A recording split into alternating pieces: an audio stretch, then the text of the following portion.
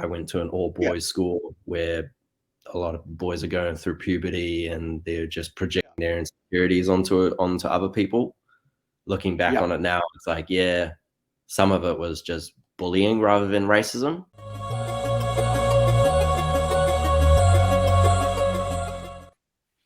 It's really, it amazes me that how welcoming whangarei in New Zealand is to, you know, to anybody, and it's just such a joy to see, you know, the changes. Like when we first came to Moroa, like we were the first family in Moroa. Like mum and me were the first Indians in Moroa at that time, because my mum married a European. Like my dad's from England, my stepfather, right? So my mum came over here, got married. I came over here later, and we got Kiwi brother and sisters, Kiwi, born and raised, and then we also have a brother from Fiji. Now, the education that you get is of a higher quality. It might seem it's dumb, you know, to the locals, but it's of a higher quality compared to what we have in Fiji. But also, the expectations, if you're in Fiji, in the islands, from the parents is higher. Have you noticed that?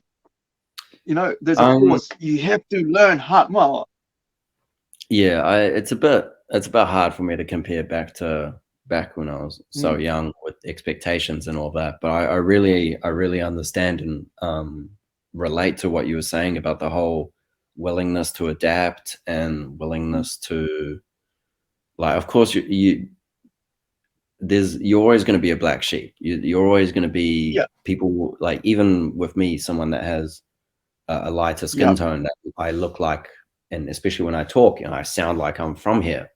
But as soon as I say my name, even my last name, it's even worse. Then it's suddenly it's oh, where are you from? And it really depends on the individual.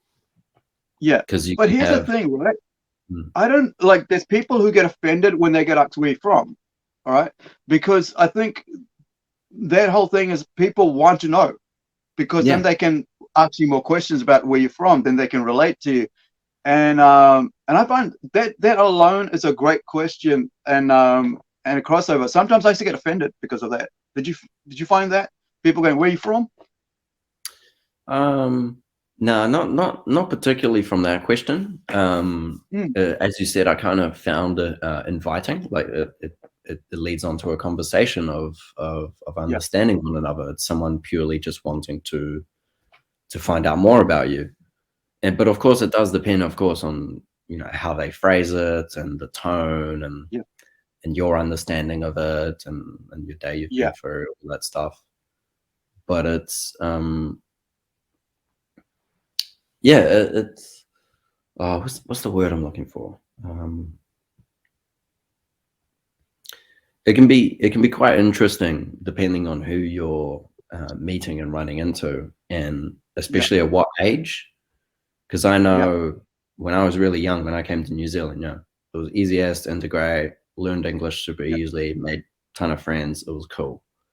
But then when you come into like the high school years, that's when a bit more racism shows up, which is stupid, because it's just putting up walls and barriers for no reason. And when in reality we have so much more in common than we know. But it's mixed, because on the individual you might have someone that's, you know, super happy to welcome a migrant, super happy to make a new friend, and then you'll have someone that's oh, you're a foreigner, and that term can kind of hurt sometimes, depending on how it's said, because they don't know the sacrifices, the changes that we've seen, that we've gone through and witnessed just from being from somewhere different. The fact that it can put you in a completely different area and a different well, there is the whole thing. Well, you know, I'm French, right? So they straight away go, "You're from France, well-to-do, wine and all this thing." Like I just did, because I wanted to see, because that's in my head and that's in everybody's head. You know, Eiffel Tower, all this, you know, luxurious sort of lifestyle. champagne and all that, and great food. I mean, I was taught in French cuisine.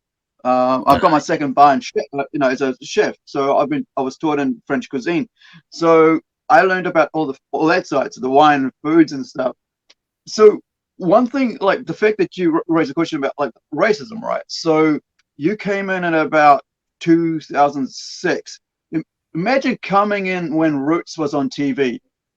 Oh man, I can't even begin to imagine. Like I'm purely just comparing my experience, which is pretty tame. No, the reason, other things I've heard, like even stories from my parents. It's like some of the co-workers that they've had is just it's it comes back to the whole age thing.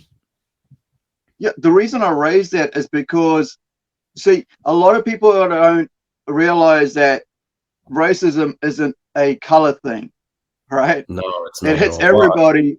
Yeah, it hits everybody on all different levels. Like, they think you're French, therefore they will treat you as such a thing, and they'll use derogatory terms with that, which I grew up with, right? I heard those terms, even though I'm not from France, all right? I heard those terms, and and especially around the time when they had the Rainbow Warrior thing happen in New Zealand in the 90s or late 80s, something like that. And so there is that.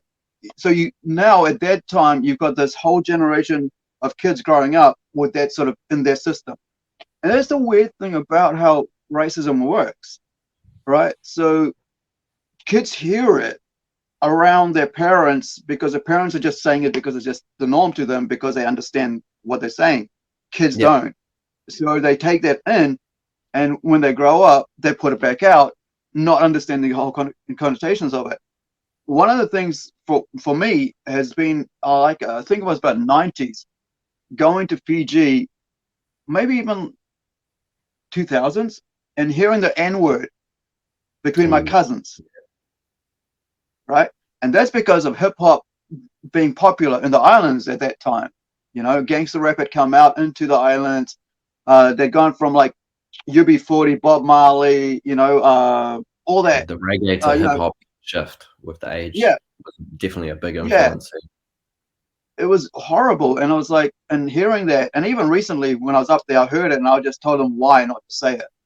And it's and I've had a discussion a couple of weeks ago with with one of my friends, as much as I can say, because I've spoken to about 6 hours with them and had proper discussions with them about these sort of terms, because he's Black American, right? I don't even like the term Black American, but that's how I can define it, because, and he's, that's his culture and thing. And I was talking about like how I just wish they would stop saying it, but he's like, it's the language, it's, it's the thing. But I'm like, but you're marketing that to the world. And then you're turning around and saying, don't, yeah. And he's like, I don't mind if people say it or not. I don't care who anybody says it or not, And I've heard other people say it as well. It's like, I don't care. I mean, if we're going to say it to each other, well, then if we got offended by it, then we should stop saying it. That's like us. We ourselves, like as Indians, because of our indentured labor history in Fiji, there's terms that were used against Indians by the Europeans that we won't say to each other anymore, or won't allow anyone to say. And I was speaking to Cheryl, the mayor, a couple of weeks, I think about 2 weeks ago at the gallery opening us with a great plate. Plate for Great Plate. Please, please, please support Quarry Art Center with the fundraiser. So I said to her, look, I heard that. It always hurts me when I hear them say to each other, because it's like, it's not cool, because I think I have a better understanding of it because I grew up with having it said to me as a kid. And then now hearing it, 40 odd years later, amongst our own people saying it to each other, it's like, no, that's not cool. That's not cool. Our grandparents got rid of the words that were said to them out of our mouths, right? They never said it around our family or to each other. And there's certain words we just will never use. And it's not cool. So when you hear and having that happen, with the situation with the racism towards you, what sort of things did you face? Like, I mean, because when people look at you, you're European, right? Yeah. You're basically Kiwi. So they'll think, well, how would you feel? How would you, get racism cast at you if you're so, privileged white man, kind of thing. Yeah.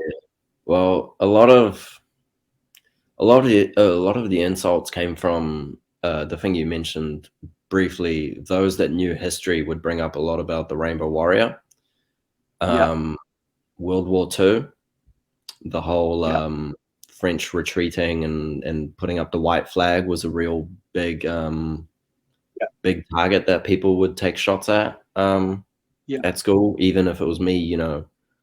Like you learn the saying, pick your own fights, and don't learn when to back down and that sort of stuff. But it would always get twisted because I was French. It's like, oh, you're a coward. Oh, you're doing this and going off in these terms, and oh, you're a foreigner, you don't understand, and oh, you're just Of course, a lot of it was just mixed with just nasty verbal things, because I went to an all-boys school where a lot of boys are going through puberty and they're just projecting their insecurities onto other people. Looking back on it now, it's like, some of it was just bullying rather than racism, but there was definitely, like when I was in high school, that's when there was a bit of terrorist attacks in France. That's when there was the Nice truck that went.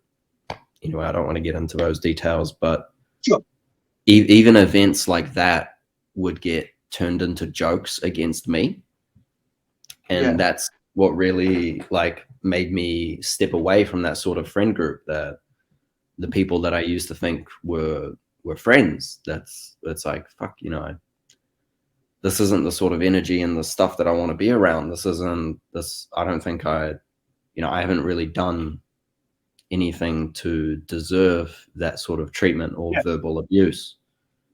And that was most of it. It was always just verbal abuse of just relating completely unrelated things just by a single thread of, oh, you are this nationality, therefore all these stereotypes apply to you. And I can't even begin to imagine what it would be like for other people of different nationalities. Of course, I've never been called the N-word. I haven't been called all these other derogatory terms and that sort of stuff. So I'm not saying I understand and relate what other people's pains are, but I've had this argument. But the thing is, it's like people have changed. That's what I mean. Like, people have changed it about color. It's not really about color. It's about how you treat people, and it's a dogpiling of everything that's negative about your culture, that people have made it into negative about your culture, onto you, and you're the bearer of it all, the guilt of your of your culture. You're the and it's like, but I'm just a kid. Right? It's like you have to take responsibility for all your history of the actions of all the things you've done, even though you were literally born. You're literally just a soul. You're just a kid. Half the things you don't even know, and is just getting brought up, and you're exposed to all this unnecessary hate and all this unnecessary fear. A lot of it is fear as well. So the weird thing is that's from the parents though, right? Because that's the parents at home injecting that negativity into the kids. And the reason I say that is because even yesterday there was a post about the mongrel mob news saying how they're like want to do there's a royal inquiry into royal commission, right? Separate from government or anybody's, right? Excuse me. It's about abuse in care. And so I heard about it 2 years ago, and I signed up. And for 2 years, I didn't want to have anything to do with it. I kept putting it off. And then I had a lady ring me up and say, hey, look, they're coming up. You're on the list. Would you like to think? And I'm like, no, I'm not really keen. I'm not really keen to speak about it. And then she said, we had a discussion. I said, listen, I'm not worried about myself too much. I'm worried more about the ones that were there, who are younger than me at that time, who went through it. I mean, I went through it as well. And so you know, so I did the Royal Commission thing, and so now I have a better understanding of how it works. And so this Mongrel thing news item came across my Facebook, and the thing was that there was a hui right down south, Waikato, where they got together and said, "Listen, man, we have a lot of we went, you know, there was a care place or whatever, children's care place down there, Lake Alice or something, you know." And so they're talking about how these kids had been abused in there. And most of these guys had come out of there, and girls, out of these care places with so much abuse and hurt in their lives that they got together and formed a group to try to, what happens is, like, misery loves company, right?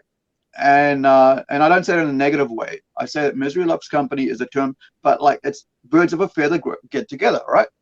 And so that was the basis of these guys' gang. And so now, generations later, these guys have realized that, listen, we need to bring some redress to the situation. And so I saw it then, I thought, like, I read the article and I thought, here's my comments on it. And I just sort of went, to people who haven't been through that, have no idea what it's like to go through that. And so you can laugh it off and go, oh, they're just a gang, and, you know, they cause crime and all this. But if you haven't lived that life, or haven't been where, as a child, where you've been abused and hurt, had electric shock therapy, right? All these horrible things, because you're a terrible kid, and so therefore you should be abused, you know, or we're trying to correct your ways. And so I kind of feel like, yeah. And so, you know, so they have total unnatural understanding of the situation. So I was like, you know what?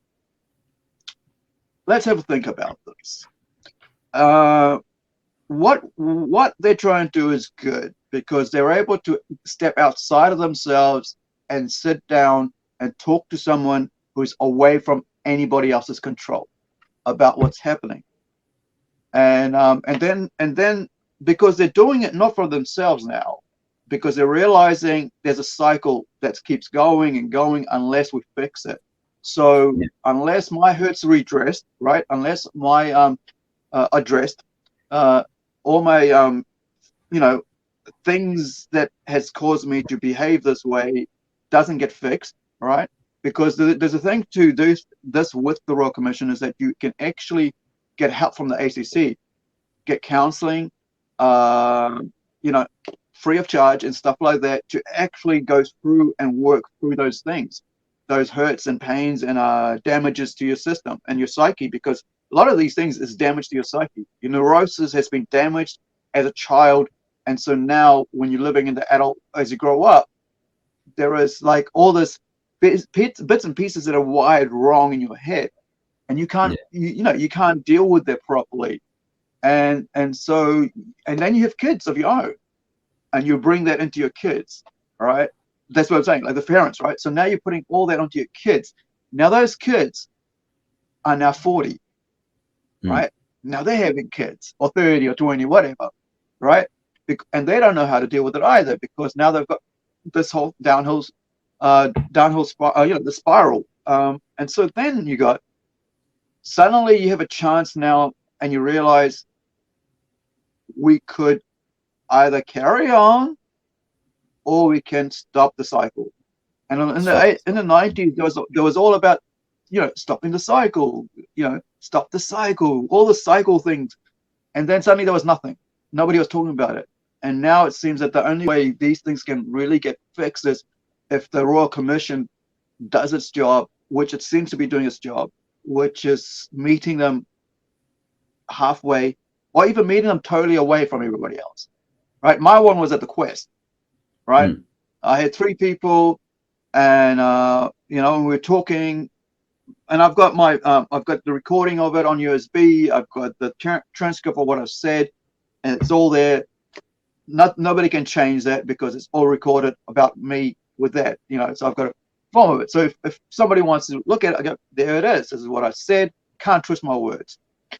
And so this sort of having this outside body look at it is an amazing thing, because it just means that you can, you know, this whole community of that, you know, the underbelly of our society, right? The criminal elements are actually reaching out to this, to society, and saying, hey, we're here, and we want to work, and we want to be like, nobody freaking wants to be a horrible person unless they're psychopaths, right? Yeah. And even the most damaged person still wants to do good and still sees themselves as doing good. And so and so unless you're freaking Joker and a psychopath, there is room for healing. There's room for fixing and working through. It might take years, might even take decades at some of them because of where they're at. But, you know, and the thing is, the fact that these are parents that are saying it, right? These are adults who are saying, happened to me when I was a kid, but now you're seeing what the end result of shit happening to you as a kid happens. And I always look at it and go, listen, it's always the kids, right? It's always the kids. If you raise a healthy kid in a healthy environment, you'll have an amazing future. They will continue in society. And if you don't, then you're going to have to work harder at that to create a healthy kid. And that's something that we, you know, that's why with what we do with Plunge, is to reach out to the kids for education, right? In a different way, in a passionate way. Hey, art and literature, that's all we're about. If it means we put like comics in front of you, then we'll do that. If it means manga, we'll do that. Games, we'll do that. You know, card games, we'll do that. Cosmic. But it's art and literature. We want to get you excited about this, right? So we're going to segue to your book, finally. But I just want to, you know, I think a lot of people don't understand how generational pain works, right? Yeah, generational pain and generational trauma. Yeah, I'm looking at a book right in front of me. That's Alan Duff's What Becomes of the Brokenhearted, right? And, you know, with Once We Were Warriors, the second book, I've had friends who were in the movie, acquaintances who were in the movie. And when I saw the first What Becomes of the Once We Were Warriors, I think I saw it here in Whangarei with a whole bunch of people, you know, because I was at school here in about 94. I think it's when that came out. I mean, I'm doing my chef's course, my second year chef's course in Barge Park. And I came out of that and I went, this is just normal where I'm from, because I just come back from Auckland. It was normal. That was normal in Auckland where I came from, right? And it was like, yeah, I was like angry. I was, you know, it was like seeing it on the screen and then having that shown to the rest of the world. And that's how they saw New Zealand, right? They saw this is the Maori culture in New Zealand. And it was like, that's not what I want to put out to the tourists, you know, about this. And that actually shows that here we are, 30 years later, almost 28 years later, and we've got the mongrel mob saying, right, we're ready to deal with this. Almost 30 odd years after the movies come out, you know, about that. Yeah, that's a whole generation who probably didn't even watch that movie. Yeah, it's things like that take time, which is sad, but at least it's progress in a way. It's, you know, things, even if they do take forever, you have to get from A to B. So talk about so before I move on to the True North. Yep. You said you've got an older sister, right? So yes. What does she do? Is she like an art as well, or? So she went to uni, and she actually got a doctorate. She is far more intelligent than I am. She is the smartest person I've ever fucking met. And it's a doctorate in statistical analysis and computer programming and stuff. Like she's a technology whiz. Cool. But then again, in saying that, she's also extremely artistic. She did a lot of theater. She loves her Dungeons and Dragons, painting miniatures. She's getting really big into painting and doing really great work. So yeah, there's definitely, she's definitely a very creative person, but her career choice, then again, you know, of course, I don't know everything about what she does, but she's more into the technology and the advancement of programming and statistics. That's what she does. Yeah. So now you got two IT family members. What about your parents? Are they artistic as well, or are they? My mum, I'm not too sure. I don't think so. Her trade is she's an accountant.